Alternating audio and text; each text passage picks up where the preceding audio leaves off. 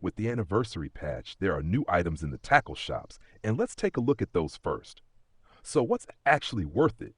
From the new reels? From the new rods? I'm standing here at Volkov, and we'll check what's all available under the new items, starting from various reels to new baits, and also rods or alternate reel versions. We'll take a detailed look at all of that, and yeah, like I said, we'll simply start here with the reels. Alright, and first we're looking at the new version of the Tagara. The Tagara is no longer available in its previous version. Now we've got the Tagara in the second version, and it also comes in different versions. Just like before, the Tagara now has this cool new design, really sleek. Design-wise, the folks at Russian Fishing 4 really know what they're doing. Super stylish. Yeah, and of course, it's currently also on offer in the gold sale. So if you want to buy the reel with gold, now's definitely the time to jump on that. And with the different stats, we'll definitely have a look to see if it's actually worth it. Because that's the big question. Is a Tagara even worth it? And for that, we obviously need comparison values. That means we'll just scroll down to the comparison values and look specifically at the 3000 reels. Because right now I've selected the Tagara 3000.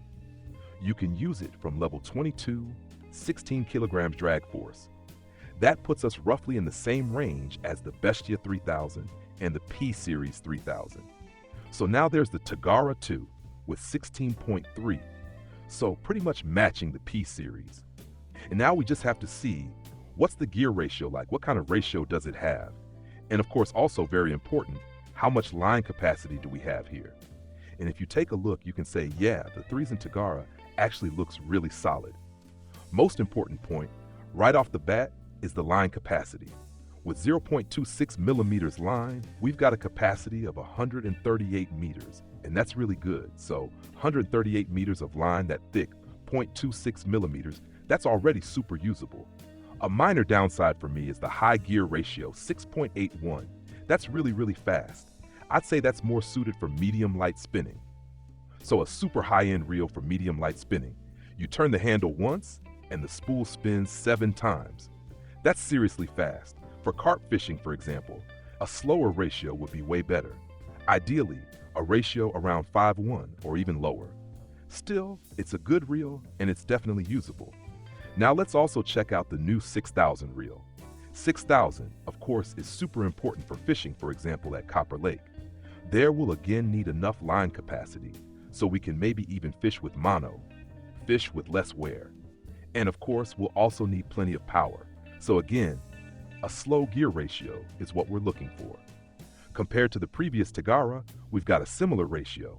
This new Tagara is a bit slower, still, same drag strength. We also get a slightly larger spool head, which lets us fit an extra 10 meters of line. It used to be 257 meters, now it's 266 meters on the new Tagara. But if we compare that to the EVR 6000, which is also 1,000 silver cheaper, still a beluga. Still a high quality reel. We see that line capacity wise, it's in a whole other league. 500 meters of line, that's just next level. So I'd still say in the 6,000 range, the Ava is a total powerhouse. And that, combined with the slower gear ratio, means we can really make full use of the 17 kilogram drag. So it's worth it. Even compared to the new Tagara, it's probably still the better option. Both the Tagara 8000 and the Tagara 10,000 perform excellently, especially for spinning, targeting large, hard-fighting fish, like, for example, king salmon or Atlantic salmon. So for those fish, it's definitely worth it. Because this reel doesn't slow down under pressure, even with a heavy fish on the line, it keeps its speed. If you compare that to the Venger slows down under load. That doesn't happen with the Tagara. And that's super important, because that can often lead to large, heavy fish, like carp, slipping the hook. So a Tagara isn't the best choice for carp fishing, because like I said, the speed stays high, and that increases the chance of losing the fish. The Bestia is also worth it, depending on your use case. Just looking at the gear ratio, we can tell these are fast reels, so more suited to spinning. That also shows in the line capacity. It's a lot lower than other reels in the same class. That already hints at braided lines with ones. So with thinner braided line, you'll still get enough line on the spool. But again, for carp fishing, if you're looking at a 3,000 or 6,000 size, if you maybe want to fish at Copper Lake, then these probably aren't the best choice. And now, something really interesting. The Beluga Chronicle 2. That's a super exciting piece of gear, and I've had my eye on it. So, a really beautiful reel, 6,000 size, really slow, 4.2 gear ratio, over 20 kilogram drag strength. That's just awesome. And it's just under 11,000 silver. And if we compare that, we now get 100 meters more of 0.36 millimeter line than before. That was the Chronicle 1. Now we have the Chronicle 6002 version, and it fits 253 meters of the same line. That's seriously good. The gear ratio is a bit higher now, so no longer the old 3.8, now it's 4.2. But that still works great, and that makes it super suitable, for example, for fishing at Copper Lake. So if you're considering buying a fitting reel for Copper Lake, this is definitely an option. Also in this nice retro style, which also just looks really good. The other versions, well, that's the big question now. Will they come back? I really hope the shops get restocked, because they really do look amazing. A limited edition wouldn't be bad at all. But in the end, it's what's inside that counts. Next, we'll take a look at the two new Overlords. There's the 8-year edition of the Overlord 10 and the Overlord 20. So small reels for ultralight and light fishing. These are reels you might pick up as a collector if you're looking for something special with a fresh design. Comparable reels perform just as well. These have 5 and 6 kilograms of drag. There are definitely better reels out there, so you really don't need to buy these. It's mainly about the 8-year edition and, of course, the looks. Now let's move on to the first low-profile reel. With low-profile reels, it's always super important to pay attention to the casting weight. That's the be-all and end-all. Here, we've got a casting weight of 5.5 gravs. So this is a reel that's really meant for medium-light setups. Small lures, 2, 3, 4 grams, are really tough to cast with this reel. So you just won't get enough distance. If you're looking for a reel for a light or even ultralight setup, where your casting weight is maybe 1 to 5 grams, then this reel is a total disaster. You just can't use it effectively on an ultralight rod. So always keep that in mind. Even if it seems cheap, it's not really a valuable reel because the casting weight is just too high. Unless your fishing style is more in the medium light range, then sure, it's usable. Much better is the Sputnik Alpha Pro series. They come in different colors. The base version can be bought with silver. All the other colors are gold only again. Still, we've got really solid values here. Great drag force and already a solid casting weight of 3.8 grams. So already great for light fishing. Even better, the skipper. Here, we've got an awesome casting weight of 2.8 dram, which is really great for ultralight fishing, so definitely worth it. Line capacity is decent, drag force is strong, gear ratio is great, a super fast reel. So if you're looking for something in the ultralight segment, this reel could definitely help you put together your first ultralight setup. The next reel is more for collectors, the ZM40 or the 60, good reels, solid reels. Now in a special edition, only available for gold. But not a must-have, you can definitely get them. Just be sure to check the casting weight. 13.5 grams is a lot. Even the smaller one has 6.5, which is okay for a 4,000 reel. But then again, why limit yourself to a 4,000 if you could just go with a bigger one? So this is really more of a novelty if you're going for a super specific setup. Same story here with the Tonga. That's something to think about very carefully, especially when we're talking almost 40,000 silver. You could much rather just buy the Tiger LTD 40. That one would immediately be suitable for in-game fishing at the North Sea with a 181 kilogram setup. So you don't have to buy something like this just for fun. And like I said, the Tiger LTD 40 isn't even much more expensive, and you'd already have an in-game setup. And this is also super stylish. The Triumph 302S, a special 8-year anniversary edition from RF4. Yeah, definitely something you could grab as an eye catcher, but again, you have to think about what use case it actually fits. Line capacity was really good on the Triumph. Casting weight again, kind of tricky, very difficult. Nice slow ratio, very powerful second gear, and even in fast gear, still fairly slow. So, you really have to consider what you'd use it for, or whether it's just a shelf piece. Down here, we also have a couple more reels, two versions of the Lacerti, more beginner friendly, quite affordable, 58 silver and 118 silver.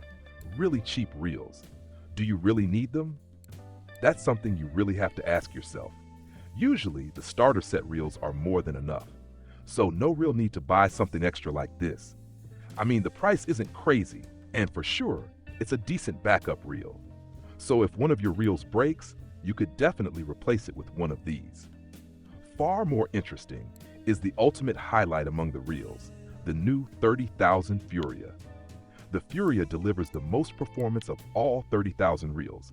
Compare it to the existing 30,000s, like the Goliath or the Turion.